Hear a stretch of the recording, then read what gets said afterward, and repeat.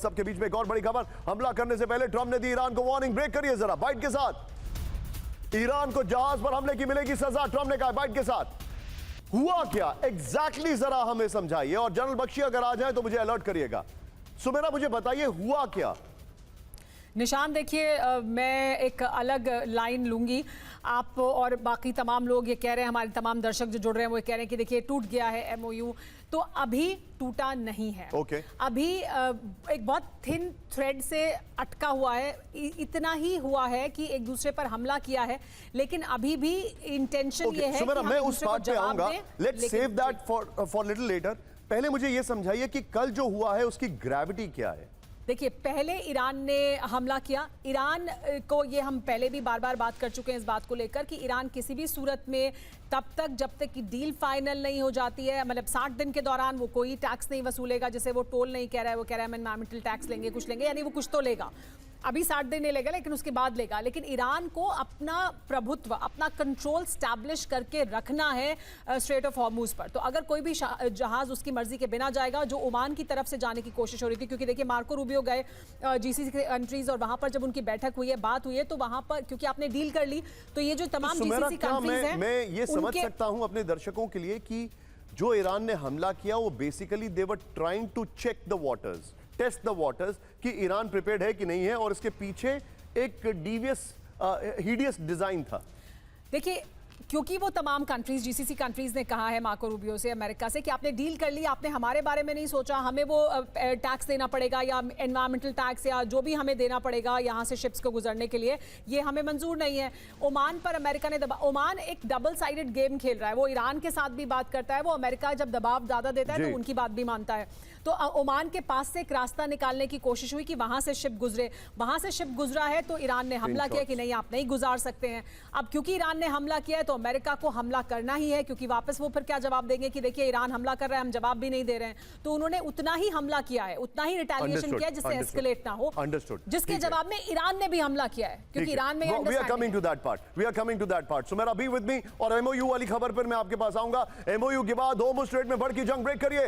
होर्मुज से जहाजों की आवाजाही पूरी तरह बंद। सिर्फ ब्रेकिंग, ईरान से एमओयू के बाद अमेरिका का पहला हमला। कमर्शियल जहाजों पर फायरिंग से भड़का अमेरिका। सीज़फायर उल्लंघन पर दिया करारा जवाब, ये सेंटकॉम ने कहा। आइए जरा पर गोप्रो पर इस वक्त की बड़ी खबर, होर्मुज में आईआरजीसी पर अटैक। होर्मुज में हमलों के मायने क्या हैं? ईरान से एमओयू के बाद अमेरिका का पहला हमला है। होर्मुज में ईरान की दादागिरी बर्दाश्त नहीं है, अमेरिका ने कहा है। पश्चिम एशिया को संदेश देने की कोशिश है, यह अमेरिका की तरफ से है। घरेलू मोर्चे पर गिरे ट्रंप के विरोधियों को भी जवाब है। इस सब के बीच में क्यों किया गया हमला, आइए देखते हैं। सीरिक में टिकर ऑफ होगा Nitin.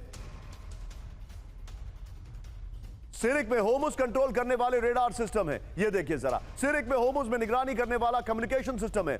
Air lovely cargo ship पर हमले का जवाब है। सीज फायर का उल्लंघन होगा तो मिलेगा जवाब, ये सेंटकॉम ने कहा। इस सब के बीच में अगली बड़ी खबर नितिन, ब्रेकिंग और स्टिल है। अमेरिकी हमलों से काबा ईरान का सिरिक। ब्रेकिंग, बड़ी खबर। सिरिक के पोर्ट इलाके में 3 बड़े धमाके, ये देखिए। काले धुएं से पटा सिरिक का आसमान, बड़ी खबर।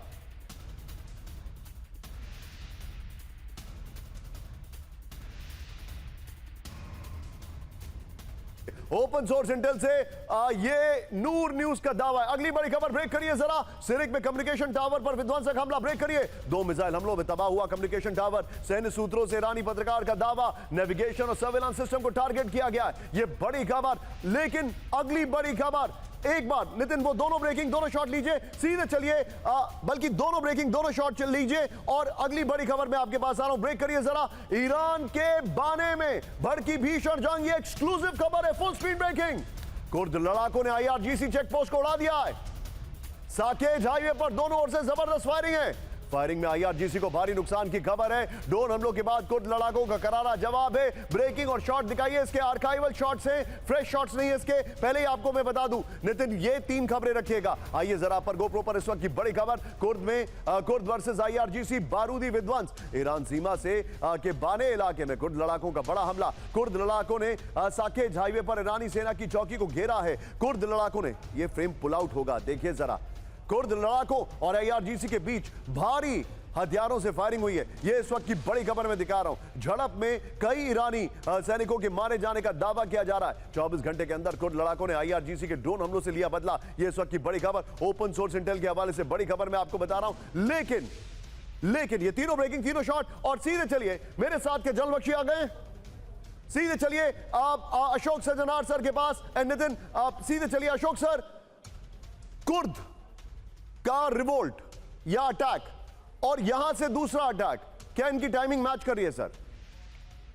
जी, मुझे ऐसे ही लगता है। देखिए, बहुत समय से, जब से ये युद्ध शुरू हुआ था, तब से ये कहा जा रहा था जो यहाँ से वो कुर्द को कुर्दिश जो फाइटर्स हैं, चाहे वो नॉर्थ ईस्ट में हो, चाहे नॉर्थ वेस्ट में हो या साउथ ईस्ट में हो, तो वहां पर उनको दिया जाएगा, असला दिया जाएगा, सामान दिया जाएगा लड़ाई के लिए। परंतु हमने देखा पिछले 3-4 महीने में कुछ नहीं हुआ।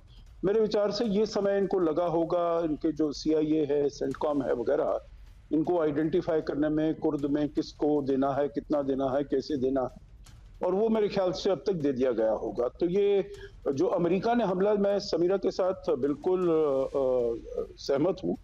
जो ये इसका जवाब तो उनको अमेरिका को देना ही था। ईरान ने अगर ऐसा किया है, नहीं तो उसको ग्रीन लाइट मिल जाती, जो कुछ भी कर ले तो अमेरिका उसका सहन करता रहेगा। अमेरिका को जवाब दिया, और इसी के साथ कुर्दों ने भी किया है।